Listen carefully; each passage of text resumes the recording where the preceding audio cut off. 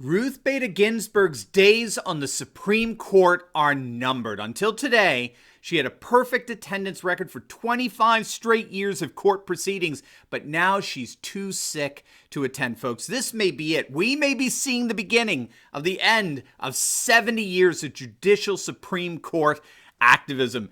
Greetings, everyone. Welcome to your daily blast of optimism and encouragement as we examine worldwide trends indicating the inevitable collapse of globalism and the unstoppable rise of a new conservative age. So if you haven't already done so, make sure to smack that bell and subscribe button, hit your notifications, because you are not going to want to miss a single video where we analyze current events in light of super awesome conservative trends, so you can live in the present in light of even better things to come. Let's start off with our chat question of the day.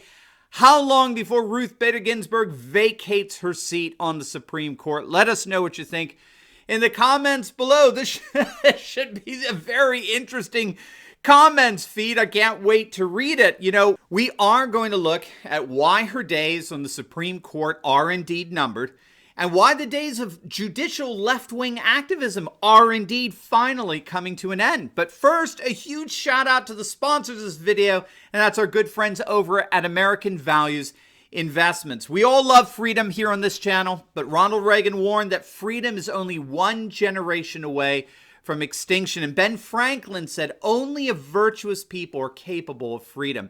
Well, our sponsors over at American Values Investments is actually designed to help any investor to not only defend, but to actually advance freedom by providing opportunities to invest in companies that best reflect America's values. And that's because supporting companies that best reflect our values will serve to both strengthen and preserve our freedom. Now, of course, there's plenty of risk in the stock market, and our ad does not constitute an endorsement.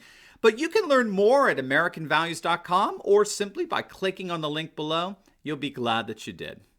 All right, let's dive right into all of this here. It's being widely reported today that Supreme Court Justice Ruth Bader Ginsburg failed to appear before arguments in the Supreme Court. The report that we're getting is that it was due to a stomach bug, whatever that means, some generic thing here. Now, the significance is that she's thus far had a perfect attendance record for the last 25 years. That is until she underwent surgery for cancer last December. Every left-wing liberal panicked, as I'm sure you all know. They utterly panicked when it was announced that she had a tumor removed from her pancreas, which frankly doesn't get worse than that. Doctors have claimed that the removal of the tumor was successful and that, at least for now, there's no more cancer detected in her body. I believe this was Ginsburg's third bout with cancer, if I recall correctly. But regardless, she's like almost 90 years old, 86. And it doesn't take a genius to figure out that her days on the court are, in fact, numbered. And that's precisely why we're seeing leftist liberals like Michael Moore beginning to panic here. When it was announced that she had just had the surgery for her third bout of cancer, he tweeted out in complete and total panic because, of course, he recognized that if Ginsburg's seat falls, it really is all over for the left-wing political agenda for at least the next generation.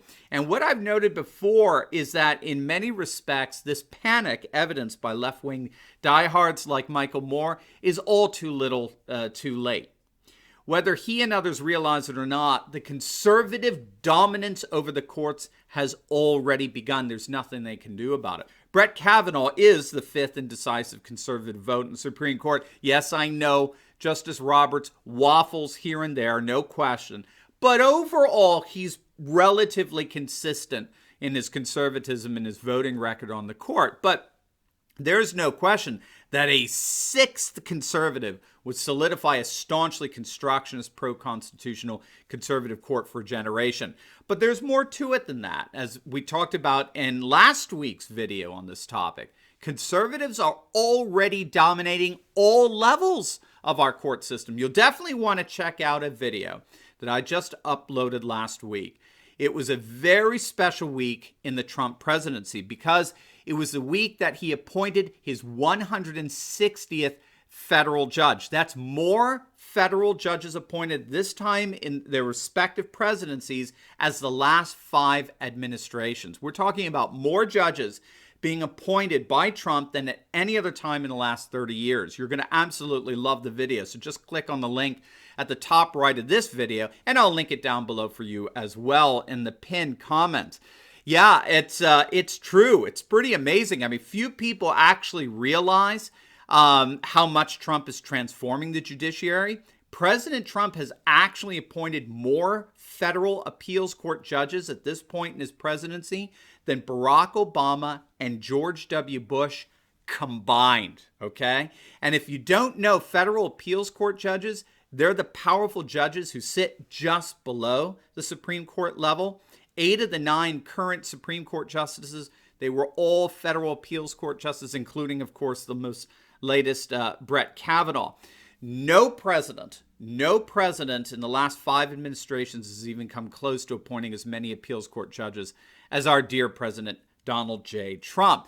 And as we noted in our last video on this, he's appointing solid, conservative, originalist judicial nominees who will apply the law as it's written rather than the ways in which liberal ideologues seek to twist it and use it for their own political purposes. Most of these judges are, in fact, members of the Federalist Society. And if you don't know, the Federalist Society is the premier conservative judicial society in the nation that's helped to seat 4 Supreme Court justices. The most noteworthy was, of course, the great Antonin Scalia, and most recently Neil Gorsuch and Brett Kavanaugh.